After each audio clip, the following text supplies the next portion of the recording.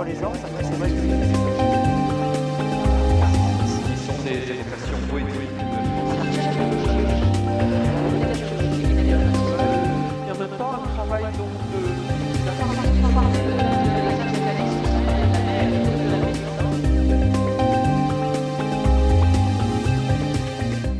Oui, bonjour monsieur, je suis heureux de vous recevoir dans la Maillon des Granouillers, la maison des Hérons.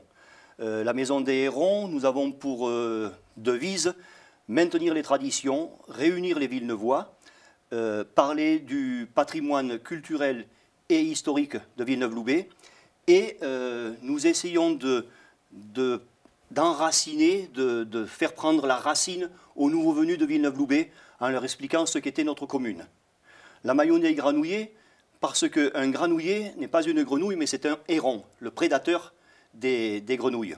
Parce qu'à l'époque, le marquis, qui était propriétaire de tous les champs cultivables autour de la commune, avait fait faire une retenue d'eau à la limite de la Colle-sur-Loup et avait fait creuser 2 canaux de chaque côté, en aval, de chaque côté du fleuve, pour irriguer ses campagnes. Et donc, bien sûr, que l'été, les batraciens s'en donnaient à cœur joie et les Villeneuvois, la légende dit que les Villeneuvois ont voulu les exterminer avec des fourches et des bâtons parce qu'ils ne pouvaient plus dormir avec le coassement de ces animaux-là. Voilà pourquoi nous avons été surnommés les granouillers et non pas les grenouilles. Alors, dans notre musée, nous avons un musée qui se divise en 3 parties. Une partie agricole, parce que Villeneuve-Loubet était surtout un village agricole à l'origine. Nous avons ensuite une salle de classe en souvenir de l'école Font-Bertrane qui a disparu en 2007 au profit de l'école des Plans. Et nous avons de l'autre côté de la pièce une salle à manger et une salle d'exposition où nous faisons soit une exposition permanente, soit une exposition temporaire. Actuellement, nous sommes sur une exposition des poilus de 14-18 et à partir du mois de mars, nous allons faire une exposition sur Villeneuve autrefois. Donc c'était un pays d'élevage, voyez-vous. Là, c'est la vacherie qui est sur la route de Roquefort. Là, c'est de l'autre côté du pont, la Valette, la vacherie des Valettes. Il y avait aussi une vacherie au parc de Vaugrenier, où dans le château, que l'on appelle actuellement le château de Vaugrenier, il y avait plusieurs familles qui cultivaient tout le plan de Vaugrenier. C'était tout des herbages, c'était tout des céréales, tout des cultures. Maintenant, ce sont tous des arbres qui ont poussé tout seuls.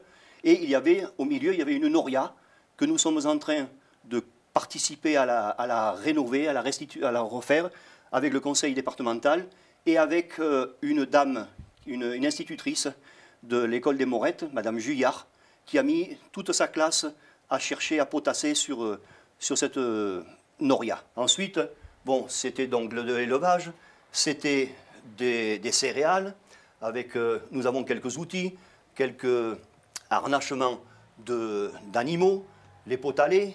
Donc nous allions chercher le soir, quand nous avions fini l'école, nous allions à la ferme chercher le litre de lait pour le lendemain matin. Ensuite, nous faisions notre propre vin avec le raisin framboise.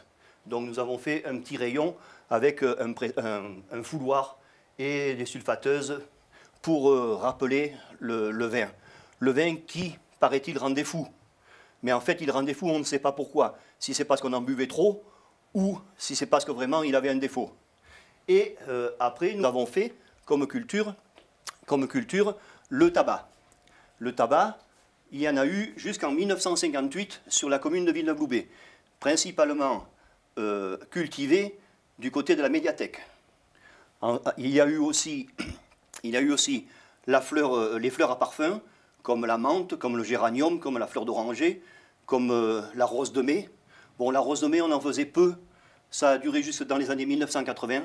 On en faisait peu et on les donnait à la Colle-sur-Loup, qui, elle, était plus spécialisée pour ça, et il le portait à Grasse. Nous avons aussi notre écusson, notre emblème de Villeneuve-Loubet. Ce sont 2 cocons de vers à soie mis en sautoir sur fond d'or. Et la sériciculture, elle date déjà du XVIe et du XVIIe siècle. C'était une industrie qui, on disait que on élevait le ver à soie Et donc c'était une industrie qui amenait plutôt bien du beurre dans les épinards. Seulement, il y a 2 siècles de cela, en 1918-1919, il y a eu des grosses périodes de gros gel et les mûriers ont été plus ou moins décimés. Donc on a encore tiré un petit peu de feuilles de mûrier, mais plus comme avant.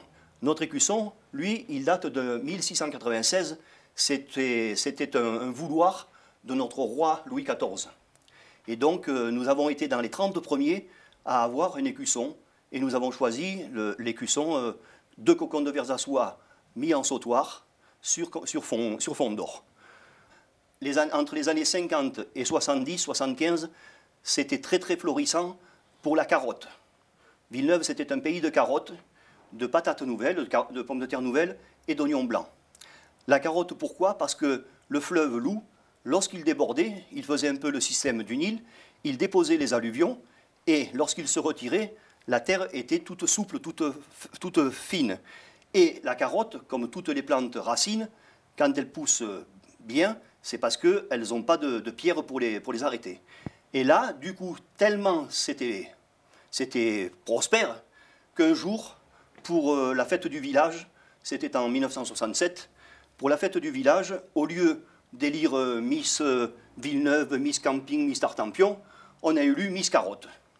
Et ça a eu du succès, parce que toutes les filles ont dû se teindre en roux pour pouvoir ressembler à Miss Carotte.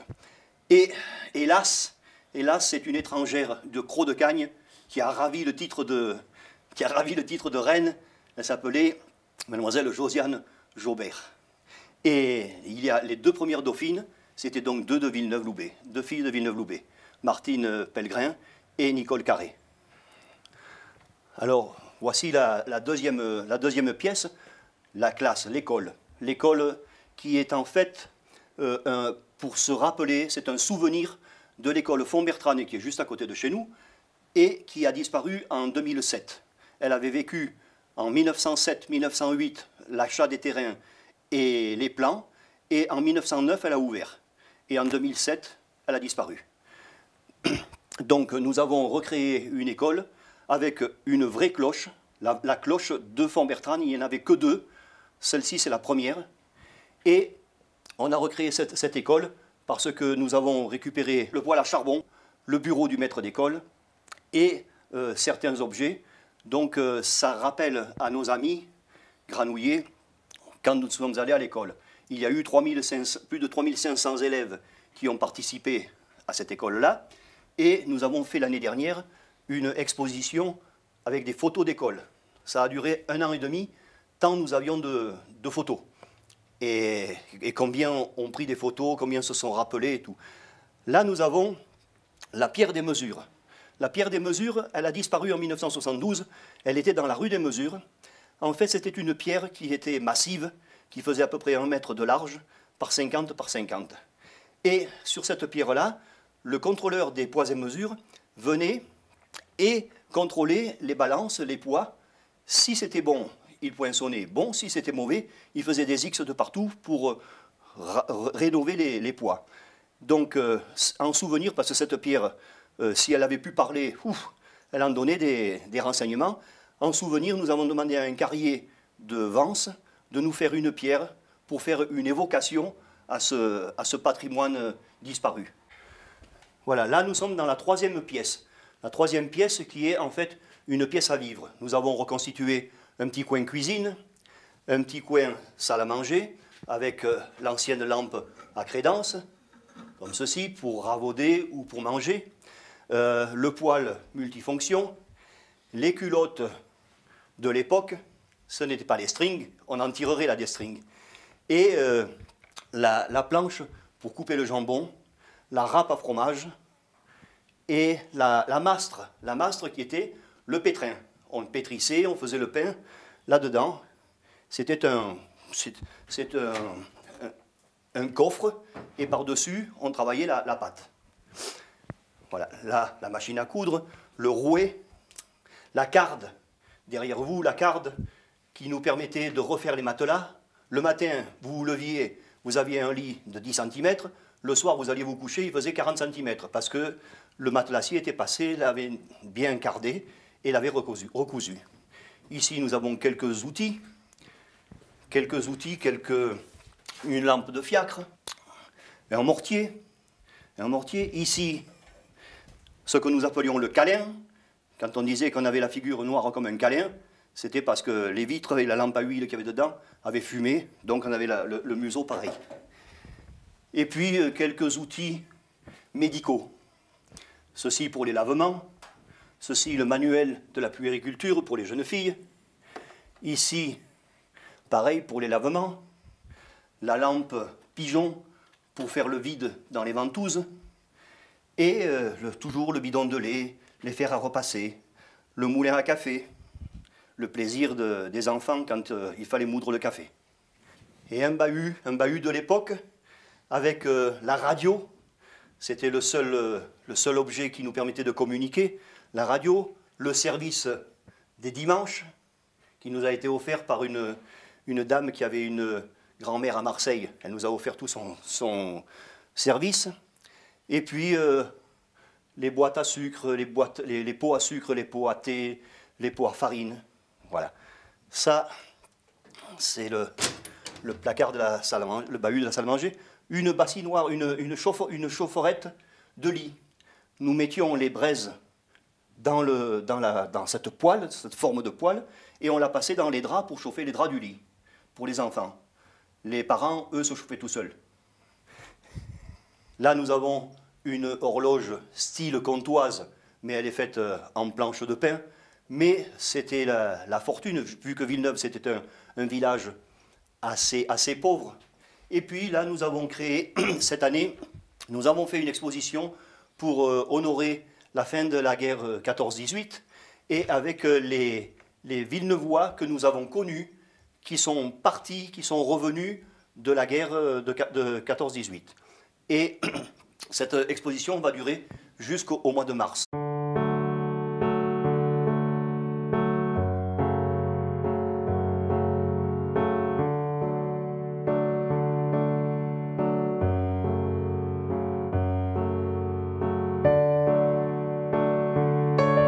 Alors nous recevons qui veut venir, toutes les associations qui veulent venir, les associations de troisième âge, les écoles. Nous sommes ouverts tous les mercredis matins et tous les samedis matins de toute l'année. Si ce sont des groupes, on les reçoit à l'heure et au jour qu'ils veulent. Et nous sommes à leur entière disposition, il y a toujours quelqu'un pour donner une explication, pour faire une visite.